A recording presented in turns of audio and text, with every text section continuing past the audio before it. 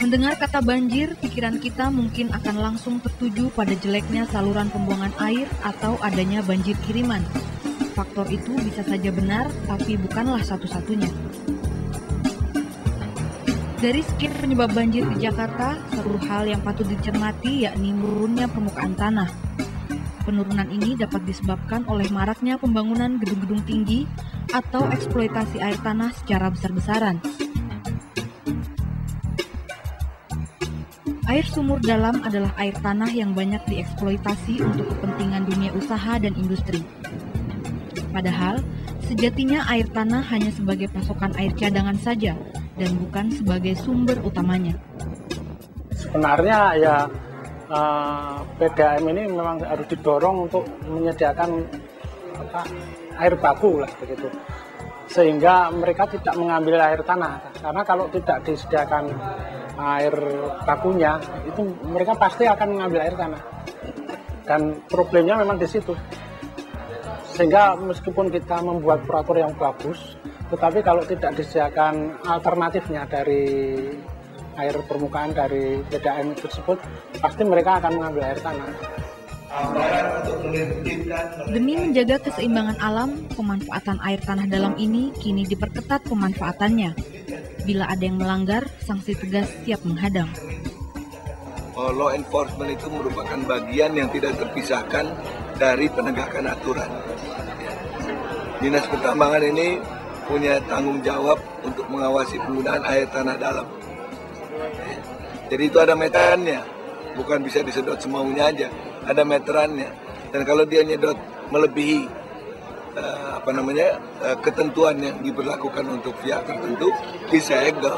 Apalagi kalau dia nggak bayar. Penurunan permukaan tanah yang terukur untuk wilayah Jakarta memang bervariasi. Dalam 12 tahun rentang waktu 1993 hingga 2005 saja, rata-rata permukaan tanah di Jakarta turun hingga hampir setengah meter. Dampak penurunan permukaan tanah bisa bermacam-macam. Banjir misalnya. Menurunnya permukaan tanah di suatu wilayah menjadikan wilayah tersebut menjadi lebih rendah dibanding wilayah lainnya. Tak pelak bila wilayah tersebut akan mudah tergenang air saat musim hujan datang. Dari pengambilan air tanah ini dampak yang langsung adalah susutnya air.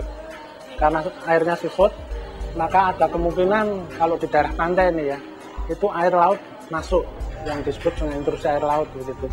Kemudian dampak yang kedua, karena air susut maka tanahnya jadi mampat, karena tanahnya yang pori-pori tanah yang tadinya terisi air itu kosong dan tanahnya mampat. Tapi ini umumnya untuk tanah yang bersifat lempungan, jadi yang kandungan lempungnya banyak, itu akan mampat sehingga permukaan tanah turun ya, dikenal dengan ambesan tanah atau landslide gitu.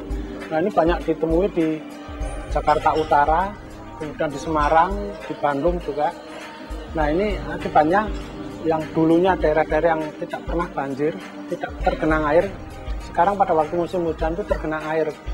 Padahal sebenarnya itu karena bukan masalah selokannya air mandek, tapi karena ada land subsidence tadi, tanah yang turun. Dan tanah yang turun ini regional, berkilo-kilometer, tidak hanya lokal beberapa hektar enggak, tapi berkilo-kilometer. Masyarakat tidak akan merasakan turunnya itu, tetapi dampaknya akan terasa. Dulunya daerah itu tidak pernah kebanjiran, sekarang sering kebanjiran. Salah satu upaya mengurangi dampak banjir yakni dengan meninggikan permukaan jalan seperti dapat dijumpai di Jalan Sabang, Jakarta Pusat ini. Namun, lambat laun upaya ini juga menjadikan rumah yang ada di sepanjang jalan tersebut menjadi lebih rendah dari jalan rayanya. Dampak lain akibat penurunan permukaan tanah yakni bangunan menjadi miring. Hal ini disebabkan sebagian tanah yang menopang bangunan tersebut turun, sedangkan bagian yang lain tetap, karena adanya perbedaan struktur tanah yang menopang bangunan tersebut.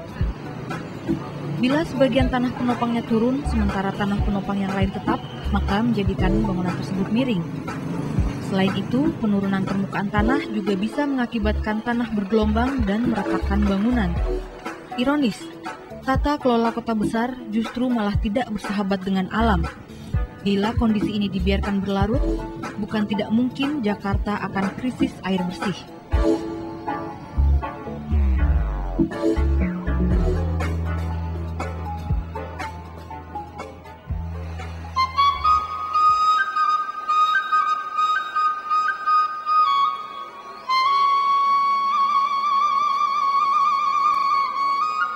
Pemandangan yang kontras bila dibandingkan dengan keadaan di Desa Ciptagelar, Sukabumi, Jawa Barat. Ciptagelar, kampung adat yang permai dan sentosa. Sawah hijau terhampar sejauh mata memandang, bulir-bulir padi mengangguk-angguk ditiup sepoi angin. Aliran sungai meliuk-liuk di antara sela bebatuan. Perbukitan Gunung Halimun tegak membentang seakan membentengi perkampungan. Rumah-rumah bergaya tradisional Sunda beratap ijuk, terbuat dari bambu dan kayu tertata rapi. Bersih, tak ada sampah berceceran. Leit atau lumbung padi berjajar. Hawa sejuk membungkus suasana, kabut senantiasa berkejaran di punggung bukit.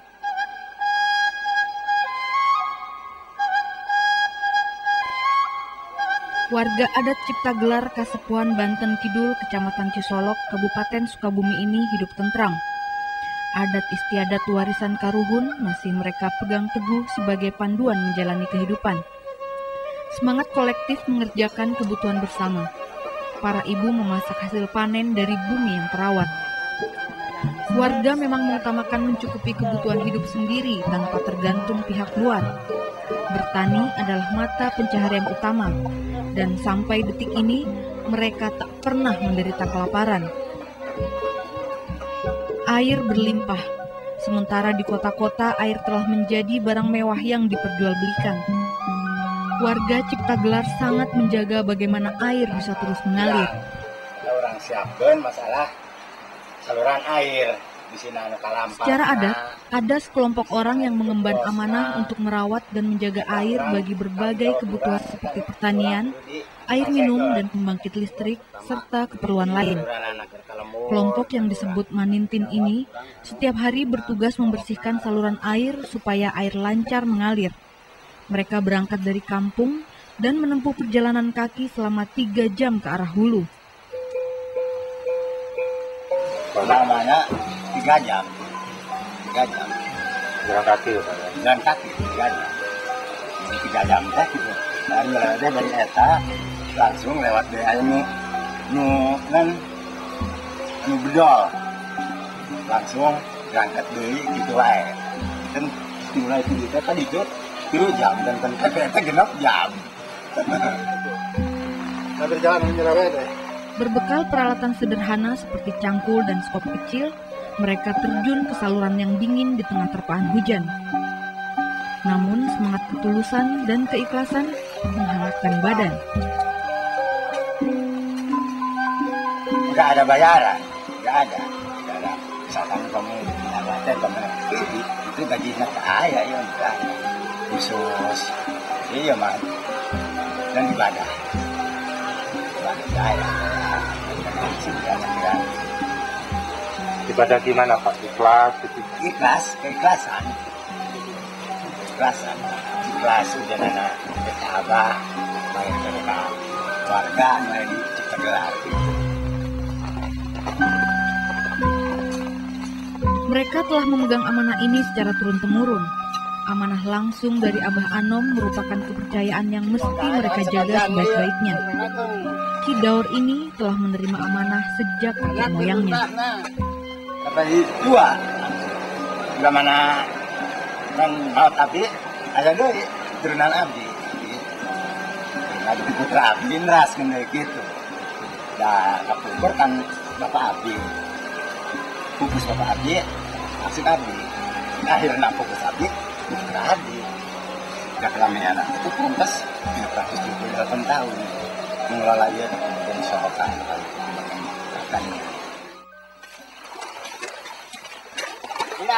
Secara bergotong royong, warga membangun saluran yang dilengkapi terowongan sepanjang 50 meter. Tanpa ada rasa takut, Ki Jampa masuk ke terowongan gelap yang hampir penuh terisi air untuk membersihkan dari tanah atau dedaunan yang bisa menyumbat.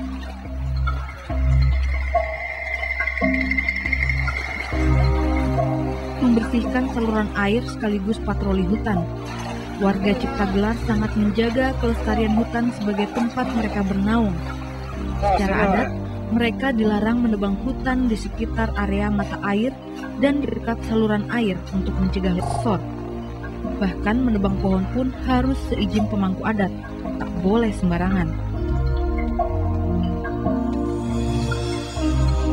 Saya kerja sebagai istiqas jati ini kami ya dan menebang hutan di lebakan dia non lebakan solokan dari tahun kenana ya waktu punya berarti non dasarnya ketika ini nggak ganggu ini tidak kena utuh dan tebang di tonggok dan longsor akhirnya tebang yang dilebak dan longsor di akhirnya sana rugi kan orang. Tak hanya berkeliling hutan, Manintin juga memeriksa saluran air yang mengairi persawahan. Ada tata cara pembagian air untuk setiap petak sawah. 1 senti aliran air untuk seikat benih padi. Tak ada konflik, tak ada yang kekurangan, tak ada gagal panen, tak ada kelaparan. Sistem pengairan di Ciptagelar mirip dengan Subak di Bali. Sistem pengairan tertua yang terbukti mampu menjaga keselarasan antara manusia dengan bumi selama ratusan tahun. Kalau kami ayah sama model mengalih dinas TV tanya gitu di daerah Maluku gitu. Asa perasaan orang kan asa penyerah gitu, asa kurang wae gitu. Mengalih di batu perasaan asa dua orang. Itu berarti dengan itu kejadian anak mereka kurang tidak diperketat di masalah hutan. Ini kejadian anak pas digunilkan mungkin yang gitu. Longsoran itu iya gitu mau diketatkan hutan itu karena kalau ditebang kayu lantai tak penting lantai longsor cai murang cai sebenarnya butuh orang dia kan cai deh sekarang pertanian kan cai bumi ibak itu iya cai pokoknya tahu kan cai sekalipun kan di kampung kan di kota aja kan menjadikan apa cai. Jangan kira hidup di tengah pelukan gunung, warga Ciptagelar harus berkutat di kegelapan malam. Malah listrik bukanlah barang yang mahal. Aliran sungai Cibarengkok dan Cisonok memutar turbin yang membangkitkan listrik setiap saat. Tak pernah mereka padam listrik. Tak seperti di perkotaan yang penduduknya harus bergiliran padam listrik. Tradisionalisme adat istiadat ternyata menawarkan kehidupan yang damai, sejahtera, dan sentosa. Tak kalah dibanding gemerlap kota. Bahkan warga Ciptagelar punya waktu luang yang panjang. Kemewahan yang tak dimiliki orang perkotaan. Dan semua itu mereka peroleh dengan menjaga dan merawat alam. Alamlah yang mencukupi kebutuhan manusia.